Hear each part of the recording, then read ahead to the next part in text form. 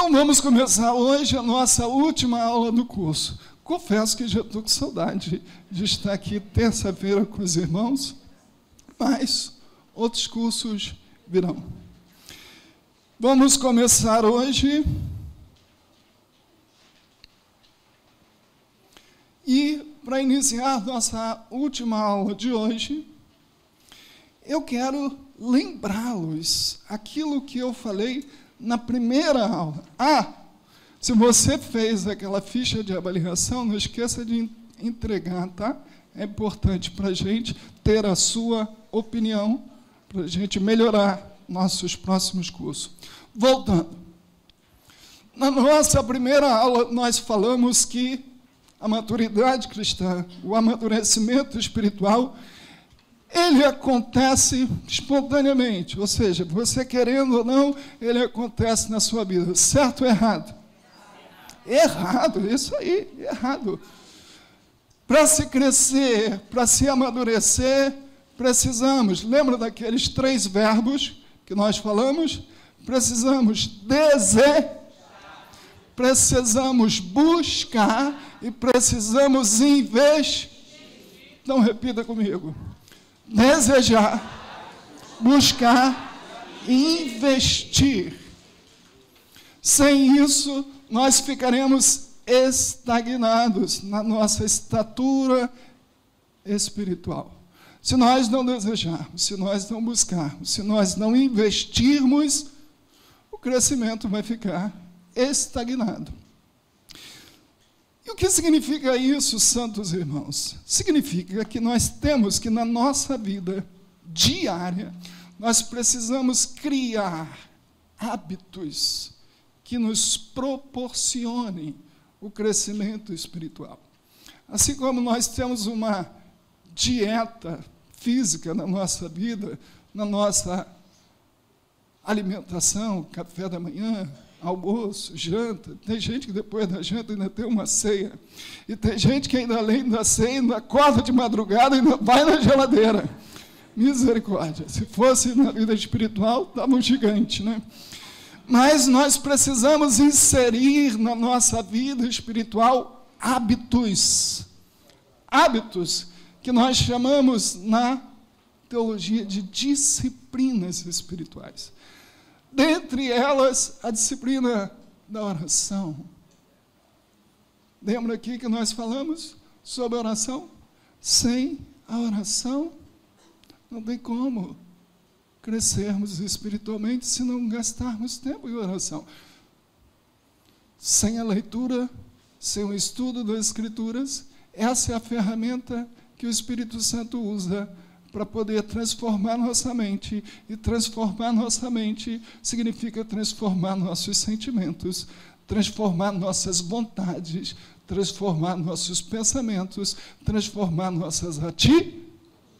Mas como que ele faz isso? Através da sua palavra.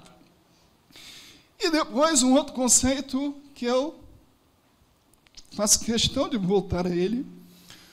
Um cristão maduro é aquele que mantém um relacionamento com Cristo, onde há amor, onde há confiança, onde há obediência e onde há adoração. O cristão maduro identifica pelo menos esses 4 pontos no seu relacionamento com Cristo. Existe amor, existe adoração, existe confiança e existe obediência. E hoje nós queremos falar dos 3 sinais, ou das 3 evidências do nosso crescimento, encerrando as 2 que foram tratadas na semana passada pelo pastor Alessandro. Quais foram mesmo, hein? Na semana passada falamos pela busca da e a piedade. Foram os 2 pontos iniciais que começamos nesse ponto, abordados pelo pastor Alessandro, diga-se de passagem, de forma brilhante. Fiquei muito feliz de ver a exposição que ele fez do assunto, foi maravilhosa. E hoje nós queremos tratar de 3 sinais, ou 3 evidências: a confiança, o serviço e a adoração. Você pode repetir? Confiança, serviço e adoração. E vamos então começar falando da nossa confiança em Deus. Não resta dúvidas que a disciplina da adversidade é um dos principais meios que Deus usa para poder promover o nosso crescimento espiritual. Qualquer um que tem um pouquinho mais de tempo na vida cristã sabe perfeitamente que as adversidades, o sofrimento, os desertos, numa linguagem pentecostal, as provações. Esse é um ponto que é utilizado por Deus para poder promover o nosso crescimento espiritual. Por quê? Porque através desse tempo nós aprendemos, ou nós desenvolvemos a nossa confiança em Deus. Se eu perguntasse aqui quem nunca passou por uma prova, eu acho que não teria nenhuma mão levantada. Todo mundo já teve esse prazer de experimentar na sua vida algum momento de sofrimento, algum momento de adversidade. Mas confiarmos em Deus, irmãos, no meio das adversidades da vida, nós temos então que olhar para Ele com os olhos da fé, para que a gente possa enxergar nas circunstâncias adversas uma oportunidade de ficarmos mais próximos e mais dependentes de Deus. Tiago, quando escreve na sua carta, capítulo 1, versículo 2 a 5, ele diz o seguinte, que, olha, se você, inclusive, se você não estava aqui ontem à noite, o pastor Otávio pregou nesse texto, eu aconselho depois de você ouvir essa mensagem, ele falou exatamente sobre a questão das provações.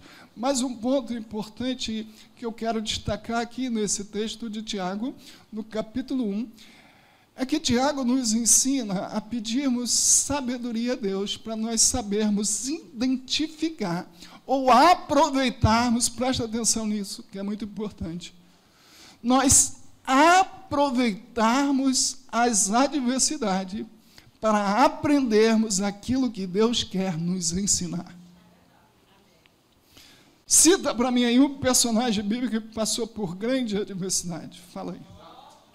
Isso, outro. Jó é o campeão do sofrimento. José, mais um. Daniel, mais um. Felipe, Paulo. A lista é grande. Abraão. E daí vai. Quando você lê a vida deles, você percebe, você consegue olhar para a vida dos outros, a gente consegue facilmente aprender. Por isso que Deus fez isso com Abraão. Por isso que Deus fez isso com Jó. Mas a questão é nós aprendermos com a nossa luta, com o nosso sofrimento, com a nossa adversidade, o que Deus quer te ensinar nesse momento. E Tiago, então, no capítulo 1, ele fala que nós precisamos orar, pedindo sabedoria a Deus, para não desperdiçarmos as lutas.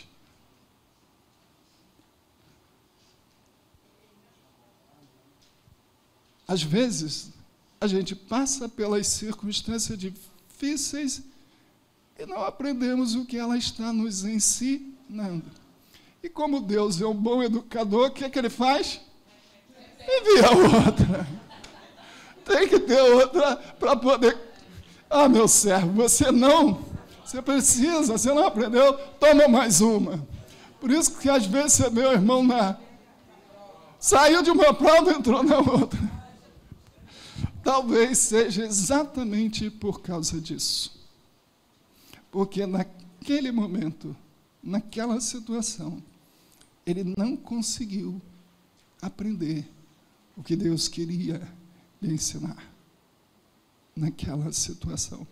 Mas eu separei aqui para os irmãos, baseado no nosso livro do Jerry, 3 verdades essenciais que a Bíblia nos ensina sobre Deus e que nós precisamos ter essas verdades em mente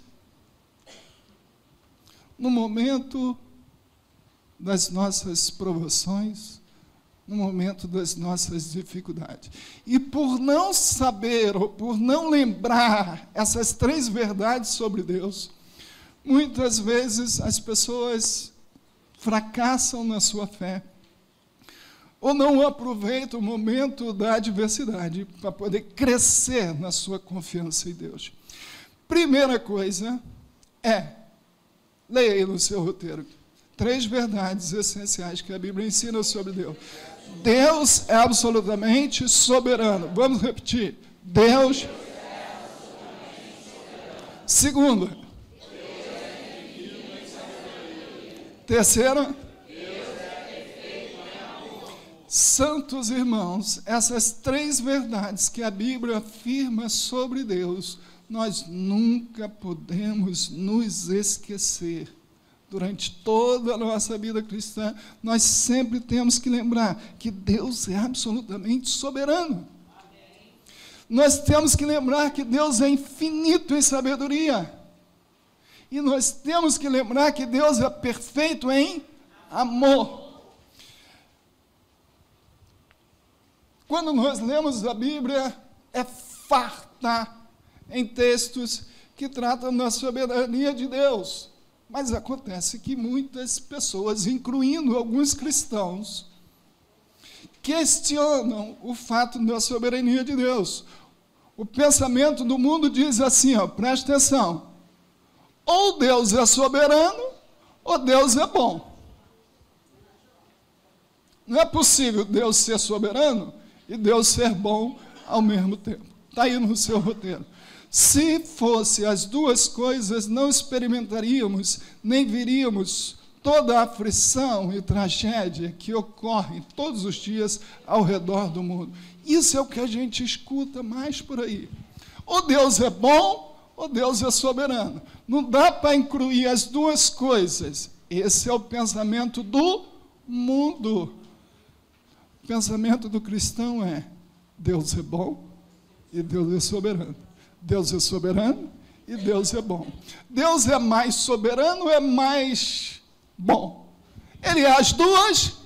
Ele é tanto soberano quanto é bom. Ele é as 2 coisas. E ele é perfeito em amor.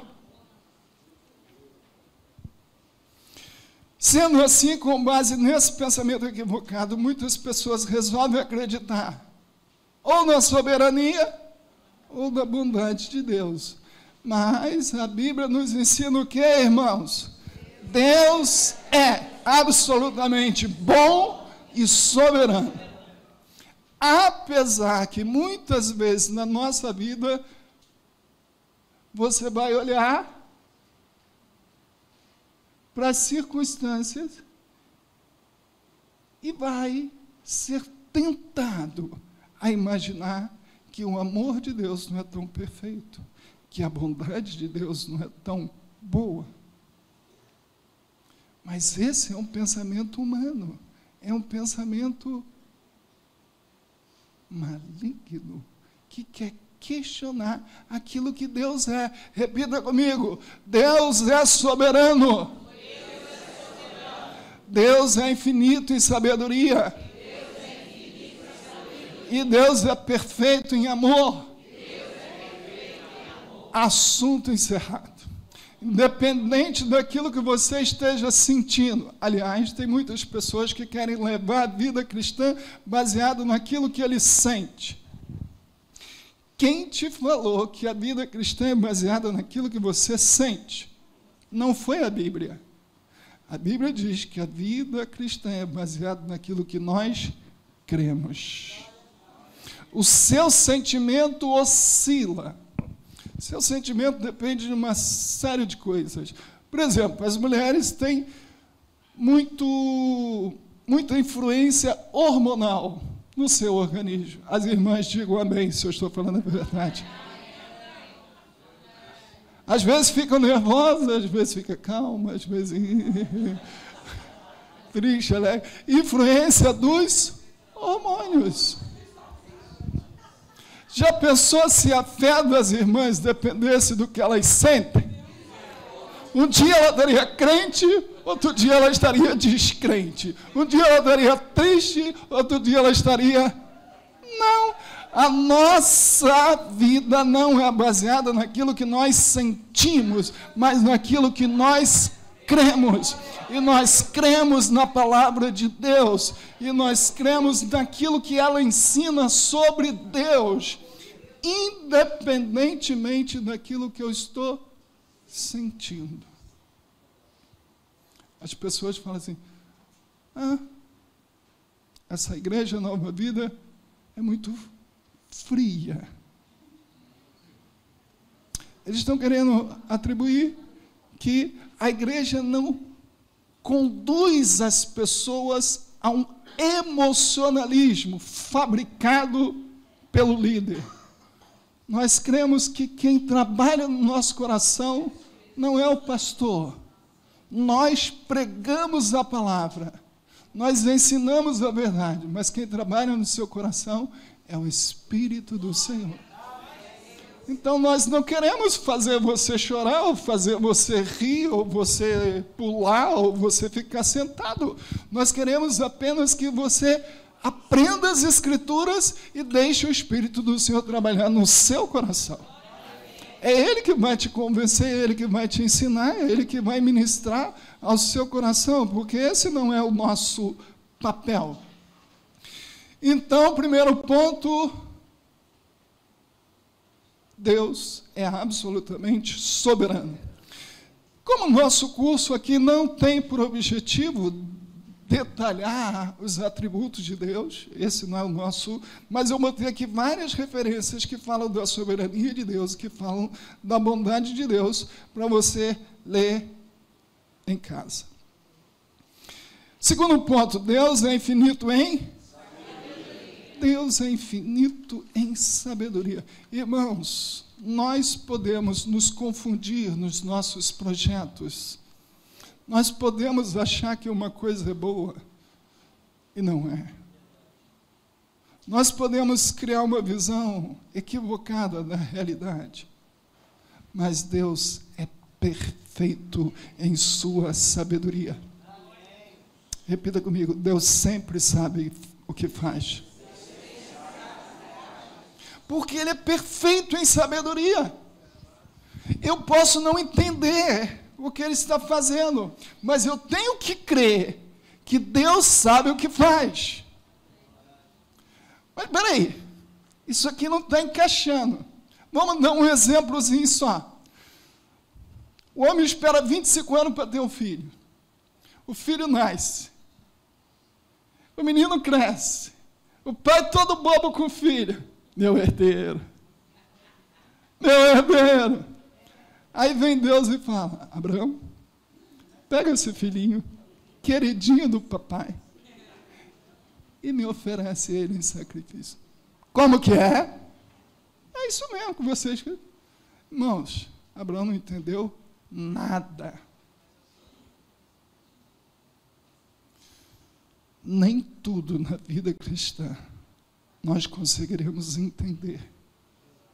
Mas quando você não entender, obedeça, mesmo sem entender. Vou abrir um parêntese para dizer uma verdade. Nós vivemos um tempo que eu chamo da ditadura da razão. O espírito desse mundo quer ter resposta para todas as coisas.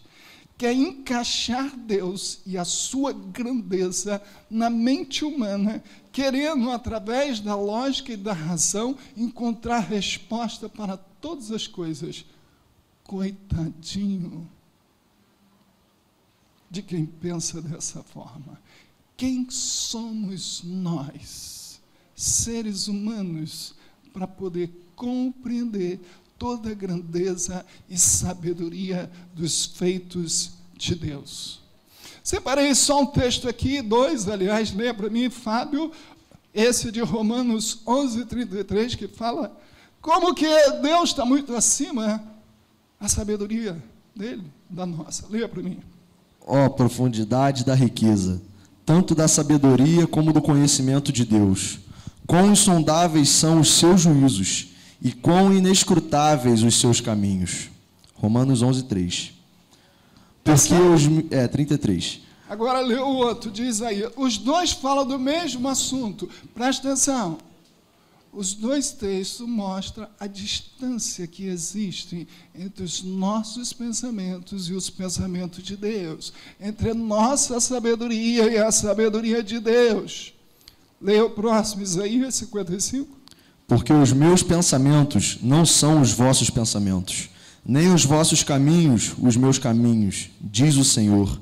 Porque, assim como os céus são mais altos do que a terra, assim são os meus caminhos mais altos do que os vossos caminhos, e os meus pensamentos mais altos do que os vossos pensamentos. Então, meu irmão, quando você não estiver entendendo, apenas confie.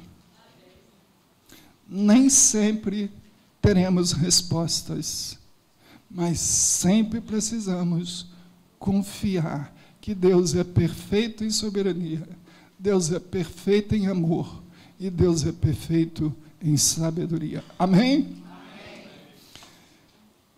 Em último lugar, Deus é perfeito em amor. Um dos textos mais belos da Bíblia para explicar esse assunto está em Hebreus capítulo 12, versículo 3 ao 11. Nesse texto, o escritor aos Hebreus, ele nos ensina como que a disciplina faz parte da demonstração de amor de Deus pelos seus filhos. E disciplina que ele usa aqui nesse texto não é disciplina no sentido de castigo, mas é disciplina no sentido de educação de filhos. Quem tem filhos aqui? Vocês, pais, principalmente quando seus filhos eram pequenos, você trabalhou para que eles recebessem princípios, valores, desde hábitos de higiene, como escovar dente, como lavar as mãos, até hábitos de caráter. Você trabalhou na educação dos seus filhos, e o que eles são hoje é resultado do que você proporcionou a eles em matéria de educá-los. Isso é um processo educativo. E como nós somos filhos de Deus, Deus também trabalha nesse processo na nossa vida. Processo de nos educar, processo de nos formar, tendo por objetivo final nos tornar semelhantes a Cristo, no seu caráter. Esse é o processo educativo. Como eu não tenho um tempo para comentar, eu só quero que você leia rapidamente esse texto de Hebreus capítulo 12, versículo 3 a 11. Leia para mim, Fábio. Presta atenção nesses versículos. Considerai, pois, atentamente aquele que suportou tamanha oposição dos pecadores contra si mesmo, para que não vos fatigueis desmaiando em vossa alma. Ora, na vossa luta contra o pecado, ainda não tendes resistido até ao sangue, e estáis esquecidos da exortação que, como a filhos, discorre convosco. Filho meu, não menosprezes a correção que vem do Senhor, nem desmaieis quando por ele és reprovado, porque o Senhor corrige a quem ama e açoita a todo filho a quem recebe. Prestou atenção? Como que ele coloca essa analogia do pai educando o filho? E ele compara Deus a um pai que educa o seu filho. E um pai que educa o seu filho porque ama o seu filho. Então, repita comigo. A disciplina de Deus é uma prova do seu amor. Prossiga, Fábio. É para a disciplina que perseverais. Deus vos trata como filhos. Pois, que filho há que o pai não corrige? Mas, se estáis sem correção, de que todos se têm tornado participantes, logo, sois bastardos e não filhos. Além disso, tínhamos os vossos pais segundo a carne, que nos corrigiam e os respeitávamos. Não havemos de estar em muito maior submissão ao Pai espiritual, e então viveremos? Só um ponto aqui. A palavra submissão aqui deveria ser grifada. Tem aquele filho que no momento da disciplina, ele aceita a disciplina, recebe a disciplina e entende a disciplina. Estou falando de filho, no sentido natural. E tem aquele filho que ficou indignado com o pai, porque foi disciplinado pelo pai. O que o autor aos Hebreus está chamando nossa atenção é que no momento da disciplina, nós precisamos ser submissos à disciplina. Nós temos que aceitar a disciplina e não nos revoltarmos contra a disciplina. Às vezes, a gente encontra pessoas na vida cristã que, por aquilo que estão vivendo, por aquilo que estão passando, ao invés de se submeter à disciplina, submeter significa aceitar como algo bom para a sua vida, eles estão indignados com Deus por causa da disciplina. Estou desempregado há 6 meses. Será que Deus não está vendo isso, que eu fui dizimista durante anos e anos? E aí você observa na atitude da pessoa uma insubmissão à disciplina de Deus. Mas o que o autor aos Hebreus está nos ensinando é que o momento da disciplina, nós devemos contar com a graça de Deus, aquela que Paulo fala lá em 2 Coríntios 12, aquela que é suficiente. A graça é suficiente para nos ajudar a nos submetermos à disciplina e não nos indignarmos com a disciplina. É isso que o autor está tentando explicar aos crentes de Hebreus. Prossiga. Pois eles nos corrigiam por pouco tempo, segundo melhor lhes parecia. Deus, porém, nos disciplina para aproveitamento, a fim de sermos participantes da sua santidade. Toda disciplina, com efeito, no momento não parece ser motivo de alegria, mas de tristeza.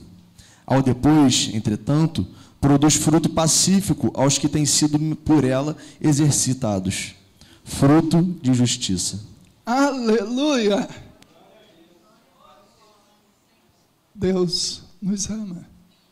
E o fato de nós sermos disciplinados, e volto, a disciplina como esse processo educativo de Deus para a nossa vida. Não como um castigo, mas é um processo educativo na nossa vida. É uma prova de quanto Ele nos ama. Porque os pais disciplinam os filhos a quem ama. É isso que o escritor aos Hebreus está tentando explicar aqui nesse texto. Mas eu não posso me prender muito aqui. Temos que entrar no próximo ponto. Só quero que você leia esse último parágrafo que eu coloquei aqui. Creio.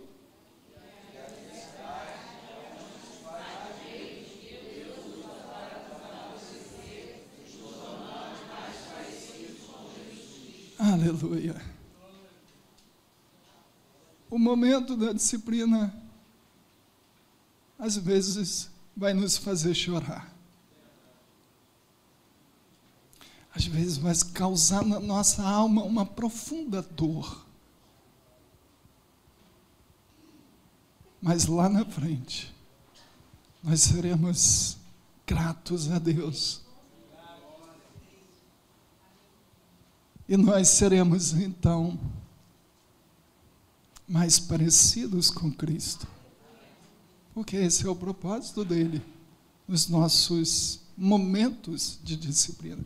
Primeiro ponto, então, a confiança nos momentos da adversidade. Então, nos momentos da adversidade, é que nós precisamos crescer na nossa confiança em Deus. É difícil? Sim, é difícil. Porque às vezes nós nem entendemos o que Deus está fazendo. Como dei aqui o exemplo de Abraão. E tem muitos outros.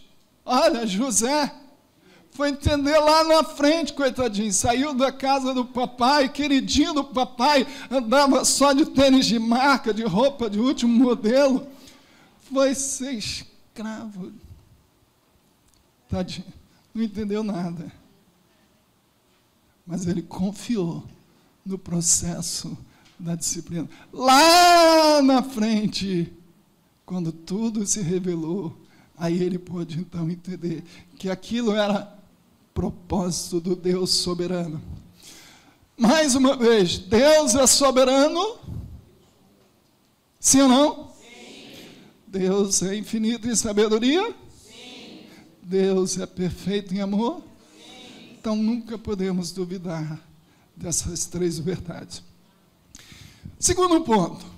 Primeiro, a confiança em Deus. E agora, a segunda evidência do nosso crescimento espiritual, do nosso amadurecimento, é a disposição em servir a Deus. Olha para mim. Geralmente, quando nós falamos de crescimento espiritual, a gente sempre lembra do primeiro ponto, que é nos tornarmos parecidos com Cristo. Isso é verdade, sim ou não?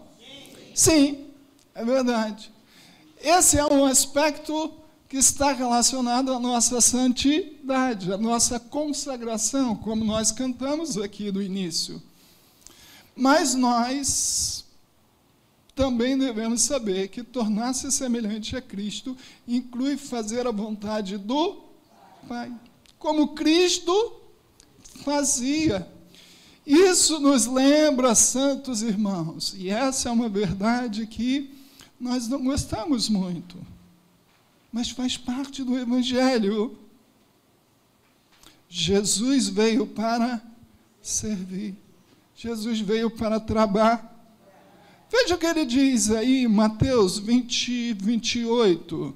Leia para mim, Fábio, essas três referências aí, leia para a gente.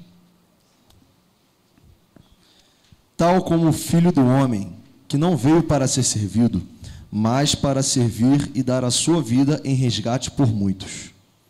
Eu te glorificarei na terra, consumando a obra que me confiaste para fazer. Pois somos feitura dele, criados em Cristo Jesus para boas obras, as quais Deus de antemão preparou para que andássemos nelas. Você percebe que esses três textos, dentre centenas de outros que existem na Escritura, eles nos mostram, eles vão nos apontar que servir era o ponto do ministério de Cristo que ele transferiu para os seus discípulos. Ele falou isso claramente. O Filho do Homem não veio para ser servido, mas ele veio para servir. E ele serviu até o ponto de dar a sua vida. Depois, então, que nós lemos esses textos, irmãos, certamente nós pensamos que Deus espera que cada cristão exerça a sua função no corpo de Cristo, pois todos nós temos uma função e o respectivo dom ou a capacitação para desempenhar esta função. Se nós fomos comissionados por Cristo para servir, significa que cada um precisa ter uma habilidade para servir. Porque como eu seria comissionado, chamado, enviado para fazer algo, se eu não recebesse de Deus a capacidade para fazer algo? Seria uma incoerência, sim ou não? Sim. Sim, seria uma incoerência. Olha como que Paulo trata essa questão em Romanos capítulo 12, versículo 4 a 8. Ele vai usar aqui uma analogia do corpo, o corpo físico, para nos ensinar que todos nós temos diferentes funções e diferentes dons para fazer o quê? Para servirmos no corpo de Cristo. Olha para mim, irmãos, por isso que não é possível ser crente em casa. Porque ser crente significa servir no corpo. Aonde que é o corpo? Lá em casa? Não. O corpo é a igreja. A igreja é o corpo de Cristo. Essa analogia que Paulo usa é para explicar isso. E quem é o cabeça do corpo? Nós somos os membros desse corpo, a igreja. Agora, lê esse texto para mim, Fábio. Romanos 12, 4 a 8. Prestem bem atenção. Porque, assim como num só corpo temos muitos membros, mas nem todos os membros têm a mesma função. Assim também nós, conquanto muitos, somos um só corpo em Cristo e membros uns dos outros, tendo, porém, diferentes dons segundo a graça que nos foi dada. Se profecia, seja segundo a proporção da fé. Se ministério, dediquemo-nos ao ministério. Ou o que ensina, esmere-se no que fazê-lo. Ou o que exorta, faça-o com dedicação. O que contribui, com liberdade. O que preside, com a diligência. Quem exerce misericórdia, com alegria. Você viu aí quantos dons Paulo enumera nessa sua relação aí que ele dá? Diferentes dons para diferentes funções que nós podemos exercer no corpo. Mas observe que todos os dons são segundo a graça que nos foi dada. E aí ele começa a ser a profecia.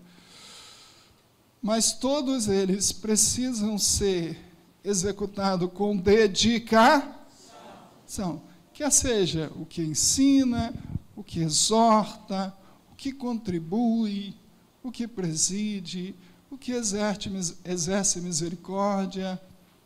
Toda essa relação que Paulo enumera aqui são diferentes funções, diferentes atividades que nós podemos exercer no corpo de Cristo. Mas se todos temos uma função no corpo, todos temos um ou uma dom. Quando você ler a palavra dom, você pode entender como uma capacitação de Deus, uma habilidade de Deus. Às vezes as pessoas, quando falam em dons, eles só lembram de 1 Coríntios 12. Ali nós temos um exemplo dos dons espirituais relacionados por Paulo. Mas a Bíblia tem outras e outras relações de dons, como essa que nós estamos lendo aqui, como os dons ministeriais lá de Efésios capítulo 4. Todos são dons, habilidades que Deus dá para nós servirmos no corpo dele. Então, qual é o propósito dos dons que nós recebemos de Deus? Talvez eu estou falando aqui, tem gente que está pensando assim, pastor, mas eu não tenho nenhum dom. Talvez você ainda não identificou o seu dom, mas todos têm dom concedido por Deus. A parábola dos talentos demonstra isso bem claro.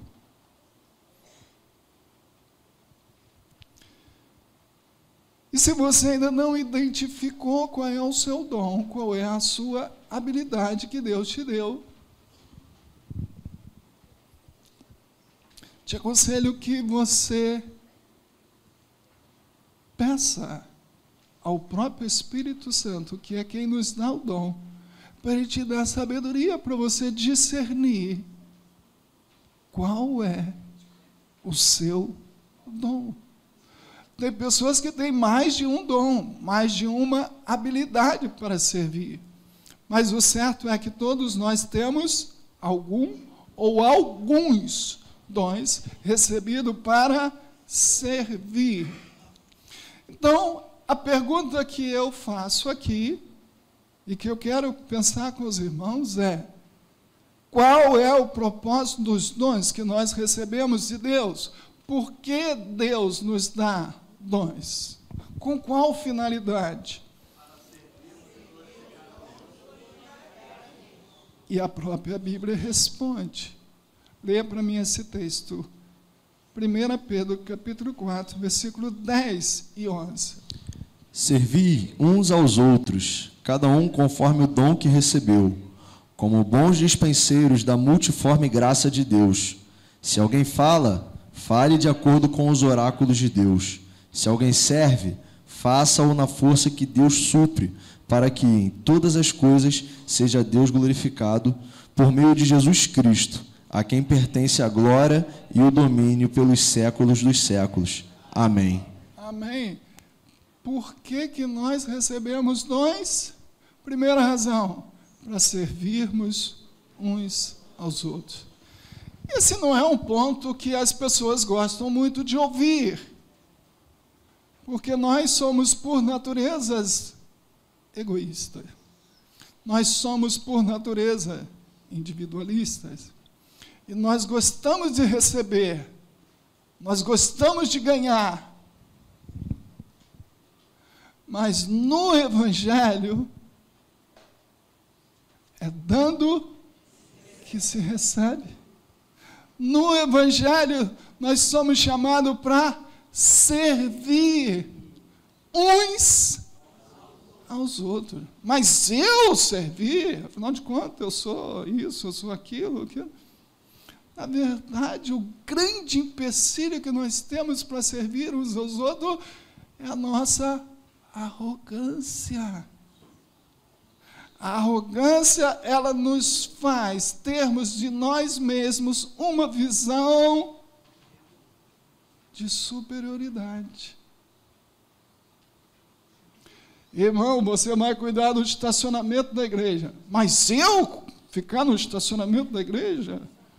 Eu sou uma pessoa formada, eu tenho mestrado, doutorado, sei falar inglês, francês, alemão, espanhol, mexicano.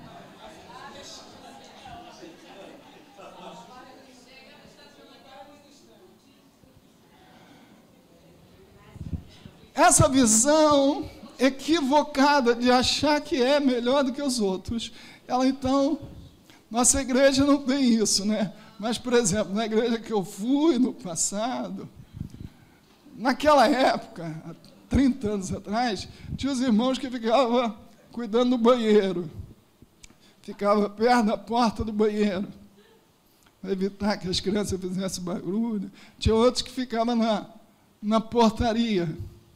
Então, esse que ficava perto da porta do banheiro, esse não ia querer de jeito nenhum, se ele não tivesse esse entendimento de servir uns aos outros.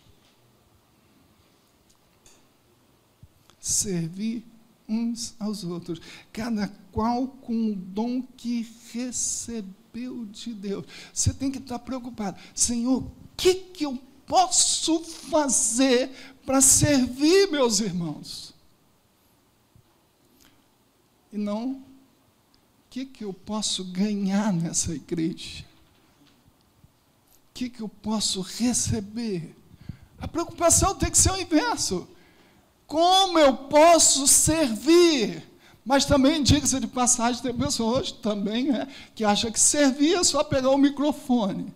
Ou seja, ele tem que estar em evidência, no púlpito, em algum lugar. Aí ele sai dessa igreja que ele diz assim, nessa igreja não tem oportunidade. Já escutou isso, irmão? Quem já escutou isso? Porque ele entende como oportunidade estar em evidência.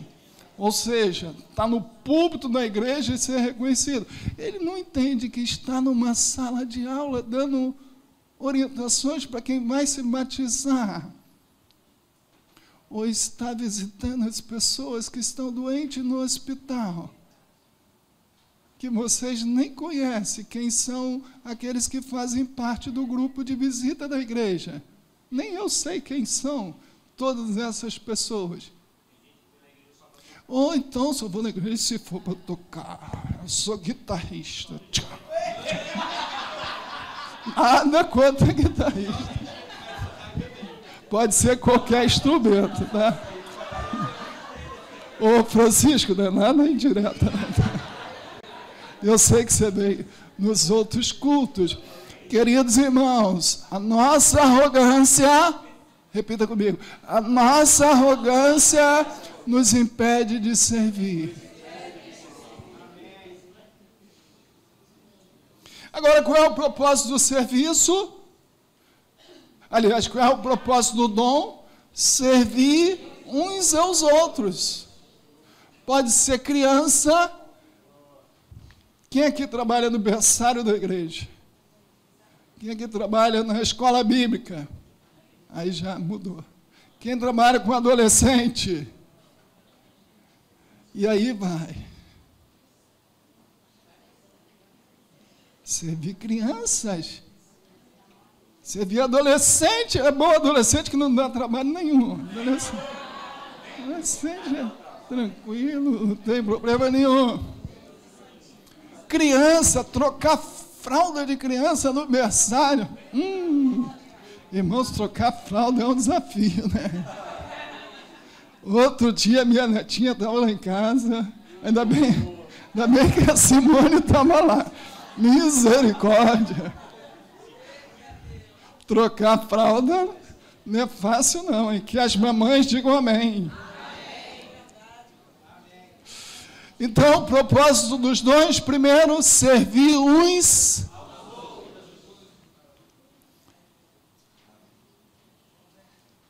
Saiba que todos nós precisamos ter essa consciência e esse desejo.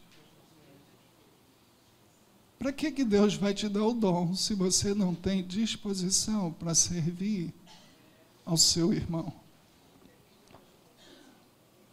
E aí entra o segundo propósito. O primeiro é servir aos irmãos. E o segundo? Glorificar a Deus. O serviço mais anônimo glorifica a Deus da mesma forma quando nós estamos pregando no púlpito da igreja, ou quando nós estamos num curso como esse com centenas de pessoas. Não importa o que você faça, se o seu objetivo for para glorificar a Deus, para servir aos irmãos, você estará dentro do propósito dele. Agora, por último, irmãos, eu quero lembrar de um dos textos mais fortes, mais fantásticos da Bíblia, que fala do serviço. E quem sabe qual é esse texto? Exatamente, esse é um dos textos mais eloquentes, mais fortes da Bíblia, que fala de servir. Se você quer ganhar assim um choque de serviço, leia esse texto, medite nesse texto, estude esse texto, não só a parte que Jesus lava os pés, mas todo o capítulo 13, ele é fantástico para nos mostrar a lição dada por Jesus Cristo. Jesus não brincava quando ele falou que veio para servir. ele de fato servia as pessoas. E a prova disso foi que ele serviu com a sua própria vida. Se realmente meditarmos nesse texto, estou me referindo a João 13, entender a sua mensagem, é impossível não ficarmos totalmente convencidos de que Jesus espera que cada um dos seus seguidores tenha a mesma disposição para servir, como ele demonstrou durante todo o seu ministério. Ao lavar os pés dos discípulos, inclusive do traidor, irmão, devia ter um chulé forte naquele... Misericórdia. Se hoje, no século 21, tem cada irmão que tem um chulé extraordinário, imagina naquela época que não tinha sabonete, não tinha nada disso, né? Devia ser um festival de chulé ali. Misericórdia. E Jesus lavou os pés. Ô, Fábio, você não tem chulé não, né, Fábio? Ah. Então, tá bom. Irmão, Jesus lavou os pés de todos, inclusive Bia, do traidor. E ele sabia que o traidor estava ali, ele sabia quem era o traidor, e ele lavou o pé do traidor. E ele ensinou que a motivação para servir uns aos outros deve ser conseguir um cargo na igreja, certo ou errado? Conseguir o reconhecimento do bispo. Conseguiu o reconhecimento do João, dos adolescentes? Não. Qual a nossa motivação para servir? É o amor. Nós servimos por amor. Mas Jesus ressaltou que este amor, e agora Jesus pegou forte, pegou pesado. Jesus ressaltou que este amor deveria ser praticado da mesma forma que ele nos amou. Irmãos, se a salvação não fosse pela graça, faria todo mundo do inferno.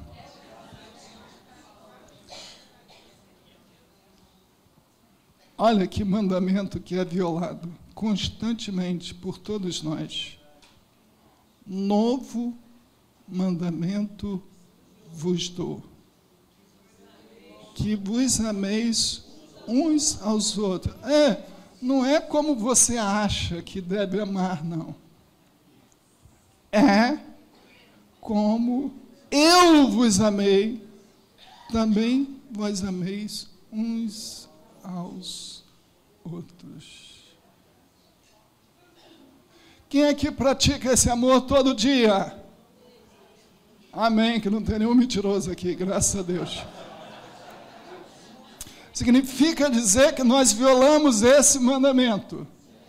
E nós somos salvos por Cristo, apesar de violarmos algum dos seus mandamentos. E aqui está um: amar uns aos outros, assim como Ele nos amou. Isso é forte, é profundo isso. E a base do nosso serviço tem que ser o amor. Se não tiver amor, não tem serviço. Em último lugar, então, primeiro, confiança. Segundo, serviço. O cristão maduro não está preocupado no que ele vai ganhar. O cristão maduro está preocupado como ele pode servir. O que tem para me fazer? Quem está precisando do meu serviço? Quem está precisando que a minha vida seja bênção para ele? Irmão, se cada pessoa que estivesse aqui saísse daqui nessa noite com essa consciência, a nossa igreja se tornaria conhecida no mundo inteiro por uma igreja de pessoas que amam servir. Mas eu creio que o Espírito Santo pode aplicar essa verdade em nosso coração. E que no final desse curso, nessa última aula, nós saiamos daqui consciente que Cristo veio para servir. E ele veio para levantar um exército de serviçais de Deus. Todo discípulo dele precisa ter essa consciência. O que eu vou ganhar? Eu quero saber. O que nós queremos saber é como podemos servir. É isso que nos importa. Como podemos servir. Em último lugar, a última marca, o último sinal, a última evidência de um cristão maduro é a sua capacidade para adorar, a sua adoração verdadeira.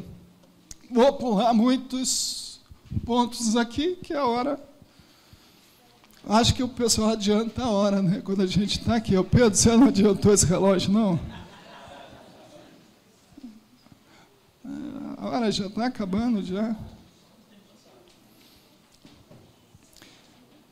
Então, vamos pensar rapidamente sobre a adoração. Como uma marca, como um sinal. A adoração na Bíblia aparece de duas formas. Essa palavra, primeiro, ela tem um sentido geral, um sentido genérico, que é o quê? É um estilo de vida que honra a Deus, que agrada a Deus. Temos aqui esse exemplo de Jonas, capítulo 1, versículo 9, que ele diz assim, a resposta de Jonas. Quem conhece o Jonas aí? Lembra do Jonas? Aquele mesmo. Aquele que foi lançado lá jogado no mar. Ele diz assim, ó, eu sou hebreu, adorador do Senhor, o Deus do céu que fez o mar e a terra seca. O profeta aqui, ele se define a adoração como um estilo de vida. Ele estava, então,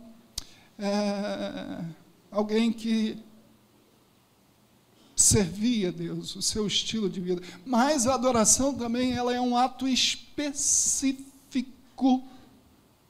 É um ato específico, é uma atividade específica de louvar, de honrar, de agradar a Deus.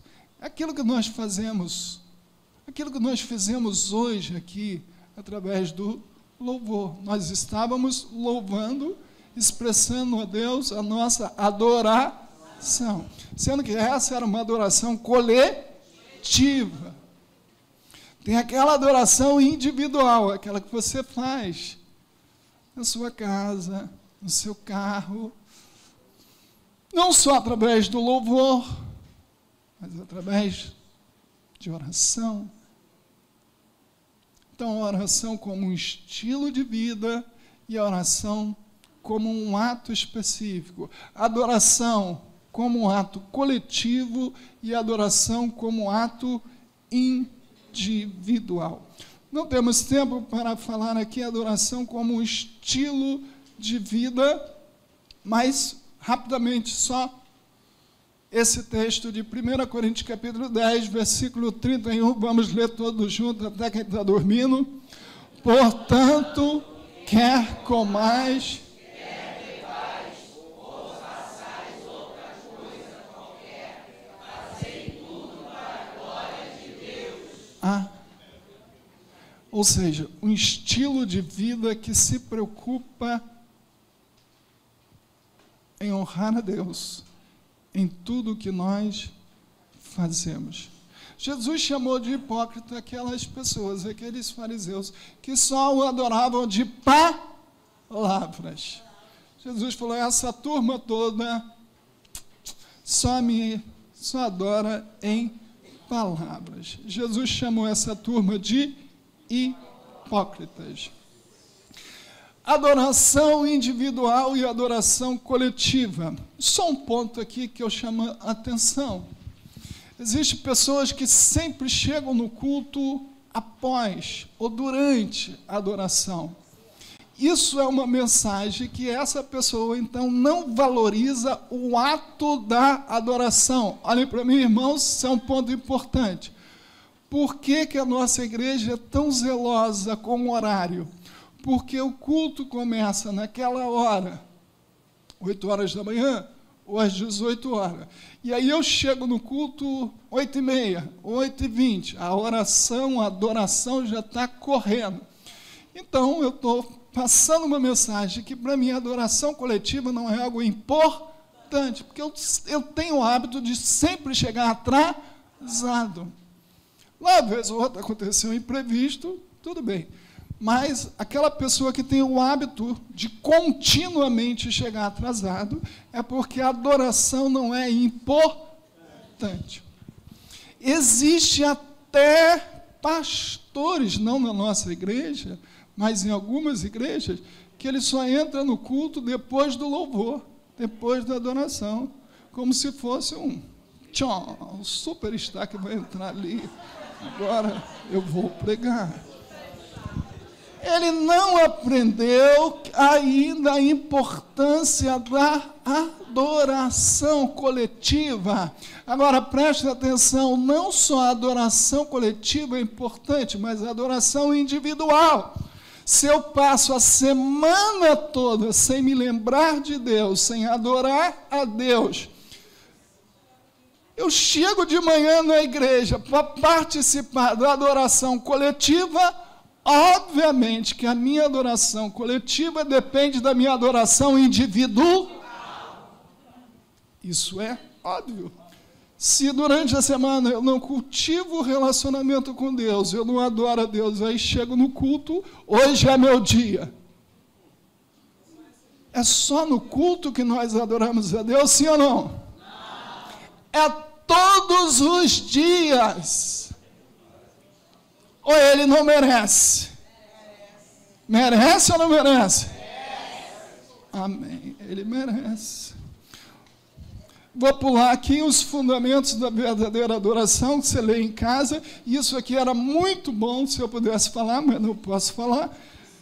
Você leia em casa esse ponto aqui, 3 fundamentos da verdadeira adoração, baseado no texto de João, capítulo 4, verso 24, quando Jesus conversa com a mulher samaritana, mas eu quero pular para o último ponto para a gente encerrar. A adoração é aquilo que é a principal atividade que é realizada no céu. Adoração no céu. Queridos irmãos, olhem para mim. Quando a gente lê o livro de Apocalipse, quem já leu o livro de Apocalipse aí? Quando a gente lê o livro de Apocalipse, nós percebemos que a principal atividade no céu é a adoração. Então, se alguém não gosta de adoração, vai ter problema no céu. A principal atividade no céu é a adoração. Agora, presta atenção, a adoração ela é feita com muito entusiasmo, com muita beleza, com muita gratidão. A nossa oração, para que todos nós possamos ficar fascinados e inspirados com a forma que os 4 seres viventes, os 24 anciãos e os milhares e milhões de anjos adoravam aquele que está assentado no trono. Irmão, esse texto, capítulo 4, e o capítulo 5 de Apocalipse, eu fiz até questão de deixar ele aqui na sua apostila, para você não perder de lê-lo. Porque veja só, o texto ele destaca 3 grupos de adoradores no céu. Quais são eles, pastor? Os 4 seres viventes, os 24 anciãos e os milhares e milhões de anjos. Quando você lê esse capítulo, e rapidinho para mim, começa a leitura, Fábio, olha só. Depois destas coisas, olhei, e eis não somente uma porta aberta no céu, como também a primeira voz que ouvi, como de trombeta ao falar comigo, dizendo: sobe para aqui, e te mostrarei o que deve acontecer depois destas coisas. Imediatamente eu me achei em espírito, e eis armado no céu um trono, e no trono alguém sentado. E esse que se acha assentado é semelhante no aspecto à pedra de jaspe e do sardônio, e ao redor do trono há um arco-íris semelhante no aspecto à esmeralda. Ao redor do trono há também 24 tronos, e assentados neles 24 anciãos vestidos de branco, em cujas cabeças estão coroas de ouro. Do trono saem relâmpagos, vozes e trovões, e diante do trono ardem 7 tochas de fogo, que são os 7 Espíritos de Deus. Há diante do trono um como que mar de vidro, semelhante ao cristal, e também no meio do trono e à volta do trono 4 seres viventes, cheios de olhos por diante e por detrás. O primeiro ser vivente é semelhante a leão, o segundo, semelhante a novilho, o terceiro tem o rosto como de homem, e o quarto ser vivente é semelhante à águia quando está voando. E os 4 seres viventes, tendo cada um deles, respectivamente, 6 asas, estão cheios de olhos ao redor e por dentro. Não tem descanso, nem de dia, nem de noite, proclamando: Santo, Santo, Santo é o Senhor Deus, o Todo-Poderoso, aquele que era, que é e que há de vir. Amém. Quando a gente prossegue da leitura, nós vamos ver esses 4 grupos, esses 3 grupos, os 4 seres, os 24 anciãos e os milhares e milhares. João fez questão de destacar esses grupos de adoradores no céu. E o que eles falavam, ou como eles expressavam as suas palavras de adoração. Aquele que estava sentado no trono e ao Cordeiro que estava do lado deles. E o que eu achei mais magnífico nesse texto é que depois de João destacar esses 3 grupos, quem são? Os 4 seres, os 24 anciãos e os milhares e milhares de anjos. Olha como ele termina o capítulo 5. Olha o que ele diz. A sua última palavra da adoração no céu. Então ouvi que toda criatura, é o verso 13 do capítulo 5. Então ouvi que toda criatura que há no céu.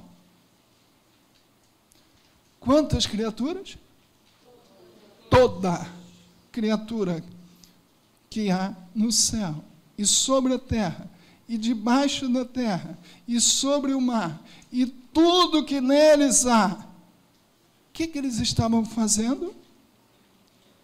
Eles estavam dizendo, leia, aquele que está sentado no trono e ao Cordeiro, seja o louvor, a honra, a glória e o domínio pelos séculos dos séculos.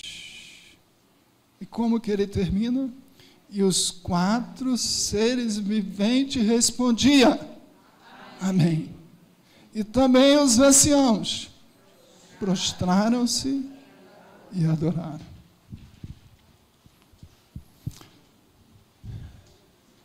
É um cenário magnífico sobre a adoração, que deve nos inspirar em nosso momento de adoração, como que os 4 seres, os 24 anciãos, os milhares e milhares e toda criatura faziam da adoração a sua principal atividade no céu. Nosso tempo acabou. Mas eu quero que você saia daqui nessa última aula, consciente da nossa missão, de crescermos na nossa confiança em Deus, crescermos no nosso serviço a Deus e crescermos na nossa adoração a Deus.